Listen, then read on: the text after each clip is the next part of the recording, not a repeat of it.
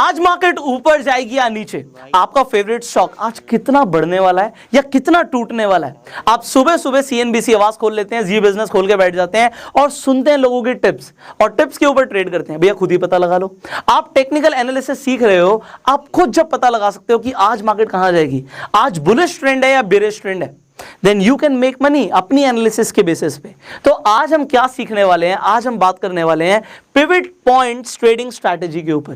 तो ये pivot points क्या होते हैं, ये आपको नेचुरली ऑटोमेटिकली सपोर्ट और रेजिस्टेंस के लेवल्स दे देते हैं। इससे पहले आपने सपोर्ट और रेजिस्टेंस खुद प्लॉट करने सीखे हैं, ट्रेंड को एनालाइज करना सीखा है। तो अगर आपने वो वीडियो नहीं देखी है जिसमें मैंने सपोर्ट रेजिस्टेंस बेसिक से सिखाया हुआ है, तो आई बटन पे जो लिंक आ रहा है उस लिंक पे जाके आप पूरी वीडियो देख सकते हैं। बट फिर भी मैं आपको एक बेसिक डेफिनेशन दे देता हूं, बेसिक अंडरस्टैंडिंग दे देता हूं, जिससे आपको पता लग जाए कि सपोर्ट और रेजिस्टेंस क्या होता है।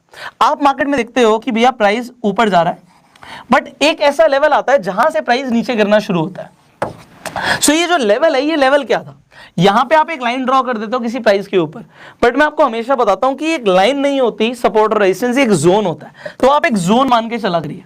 बट अब अगर एक जगह से प्राइस नीचे गया, तो यहां पर कौन बैठा था जिसने इस प्राइस को नीचे गिराया, यहां पे सेलर्स बैठे थे जिन्होंने प्रॉफिट बुक किया और प्राइस को नीचे गिरा दिया, सप्लाई को बढ़ा दिया, क्योंकि सप्लाई डिमांड पे चल रही है आपकी स्टॉक मार्केट। और सिमिलरली नीचे एक ऐसा जोन होता है, हम लाइन प्लॉट करते हैं कि जहां से प्राइस बाउंस बैक करता है, ऊपर जाता है। तो इसे ऊपर किसने धकेला, सपोर्ट किसने दिया इसे, तो इसे हम डेफिनेटली सपोर्ट जोन बोलते हैं। आप लाइन ड्रॉ करते हो, बट ये जो सपोर्ट की लाइन है, यहां पे बैठे होते हैं बायर्स, जो प्राइस को ऊपर उछाल देते हैं, खरीद लेते हैं। तो प्राइस का जो भी स्टॉक है वो प्राइस ऊपर चला जाता है, रेट बढ़ जाता है। नाउ ये बेसिक चीज है जिसमें आप रेजिस्टेंस और सपोर्ट को समझ सकते हैं।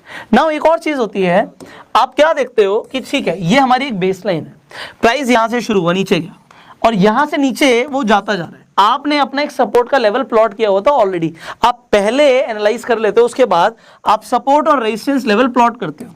अभी हम बात करने वाले हैं आपके लिए ऑटोमेटिकली कैसे प्लॉट हो जाएंगे। तो जो पहला सपोर्ट लेवल होता है उसे हम S1 बोलते हैं, पहला रेजिस्टेंस लेवल जो होता है उसे हम R1 बोलते हैं। अब प्राइस ने सपोर्ट को ब्रेक कर दिया नीचे, तो जो हमारा नेक्स्ट टारगेट होता है वो होता है S2, कि भैया अगर उसने सपोर्ट को ब्रेक किया है तो यहां पे जो बायर्स हैं वो कमजोर पड़ गए, प्राइस नीचे गिर रहा है, वो बचा नहीं पाए प्राइस को नीचे जाने से।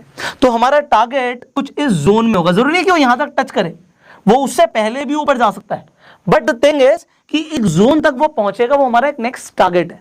अगर वो इसे भी क्रॉस कर जाता है, देन आपका नेक्स्ट टारगेट हो जाता है S3, सपोर्ट 3।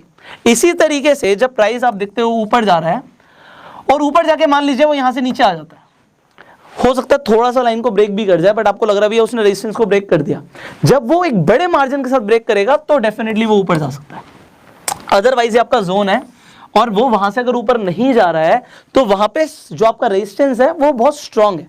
बट अब मान लीजिए उसने ब्रेक कर दिया तो हमारा नेक्स्ट टारगेट जो हो जाता है वो R2 हो जाता है। एंड सिमिलरली अगर उसने इसे भी ब्रेक कर दिया तो यहां पे R3 हो जाता है। तो आपको सपोर्ट और रेजिस्टेंस को देख के ट्रेड करना होता है, ये आपको पता है। बट अब आपके लिए ये ऑटोमेटिकली कैसे प्लॉट हो जाएंगे, ये यहां पर आप देखिए। आपके लिए चार्ट के ऊपर यहां पे हमने आपके लिए, देखिए आपको कितना कुछ दिख रहा है, आपको बड़ी सारी लाइनें दिख रही है, अरे बाप रे बाप ये क्या चीज है। नॉट वरी, यहाँ पे हमने अपने डीमेट अकाउंट में लॉगिन किया हुआ है, आप भी अपने डीमेट अकाउंट में लॉगिन कर सकते हैं। हमारा अपस्टॉक्स पे अकाउंट है, आपका अगर अपस्टॉक्स पे अकाउंट नहीं है तो इस वीडियो के डिस्क्रिप्शन और कमेंट बॉक्स में मैं लिंक्स डाल दूंगा, सिंपल स्टेप्स को फॉलो कीजिए, आपका भी अपस्टॉक्स पे डीमेट अकाउंट खुल जाएगा। उसके बाद यहाँ पे बैंक निफ्टी हम 30 मिनट्स के ऊपर है। हम 30 मिनट्स के ऊपर अभी क्यों है, जितना बड़ा टाइम फ्रेम उतनी ज्यादा एक्यूरेसी मिल जाती है आप जो प्रेडिक्ट कर रहे हैं मार्केट में। तो यहां पे अब आपको क्योंकि एक्यूरेसी के साथ प्रेडिक्ट करना है मार्केट कहां जाएगी, तो आप 30 मिनट्स के टाइम फ्रेम पर हैं। उसके बाद हम अलग अलग टाइम फ्रेम्स पे भी एनालाइज करेंगे। अब आज मार्केट गिरी, ठीक है, मार्केट यहां से ओपन हुई, आप ऑलमोस्ट देख सकते हो 9:15 बजे मार्केट ओपन हुई, उसके बाद से गिर रही है और काफी अच्छा टूटी आज मार्केट। अगर आज हम बैंक निफ्टी की बात करें, अभी आपको 400 पॉइंट गिरी हुई दिख रही है मार्केट। तो एक बहुत बड़ा, मतलब ये बहुत ज्यादा डिफरेंस है। अगर आप ऑप्शन ट्रेडिंग कर रहे हो, आपको पता होता है यहाँ से अगर मार्केट बेरिश है नीचे जाएगी, और अगर आप ऑप्शन ट्रेडिंग कर रहे होते, सोचो कितना फायदा हो सकता है। आपने अगर पुट खरीदा होता बहुत ज्यादा फायदा होता, बट आपको पता कैसे लगेगा, अब आपको पता लगेगा। कैसे पता लगेगा, हम यहाँ पे 30 मिनट्स पे क्यों है, एनालिसिस ज्यादा आपकी एक्यूरेट हो जाएगी।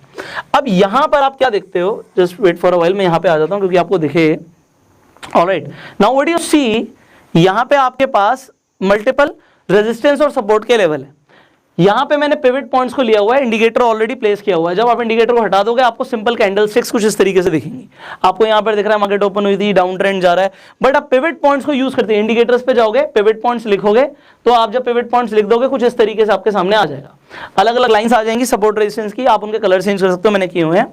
तो यहां पर आप देखिए जब मार्केट खुलती है और आपकी यहां पे पिवट लाइन जो है व्हाइट कलर की उसके नीचे ओपन होती है तो मार्केट बेरिश होती है, वहां से प्राइस नीचे जाता है। और ये सिर्फ और सिर्फ एक बैंक निफ्टी का एग्जांपल नहीं है, आप कुछ भी खोल लो जिसमें भी आप ट्रेड करते हो। आप मान लो बैंक निफ्टी की जगह अगर आप ये निफ्टी में भी देखोगे, तो अभी हम निफ्टी पे आ जाते हैं, एग्जांपल दे रहा हूं मैं, इंडिसेस पे हूं, अभी कोई स्टॉक भी सर्च कर सकते हैं हम। सो अब जब मार्केट ओपन हुई, तो जब आप देख रहे हो कि मार्केट ओपन हुई, वो ओपन कहां हुई, वो ऑलमोस्ट आप देख रहे हो पिवट लाइन पे ओपन हुई, उसके बाद वो नीचे चली गई। तो यहां से आपको एक बेरिश ट्रेंड का पहले ही सिग्नल मिल गया। अगर ये यहां से और ओपन हुई होती और ग्रीन कैंडल बनती तो यहां से बुलिश ट्रेंड हो सकता था, बट नाउ यू सी, और इसकी कंफर्मेशन आपको कैसे मिल गई, दूसरी कैंडल को देख के। दूसरी कैंडल आपने देखी और नीचे बनी और उसने अपने सपोर्ट को भी ब्रेक कर दिया। नाउ हमने क्या अभी आपको सिखाया था कि अगर प्राइस सपोर्ट को ब्रेक कर देता है तो दूसरा टारगेट क्या होता है, दूसरा टारगेट होता है कि वो अपने दूसरे सपोर्ट तक पहुंचेगा। क्या ये प्राइस अपने दूसरे सपोर्ट तक पहुंचा?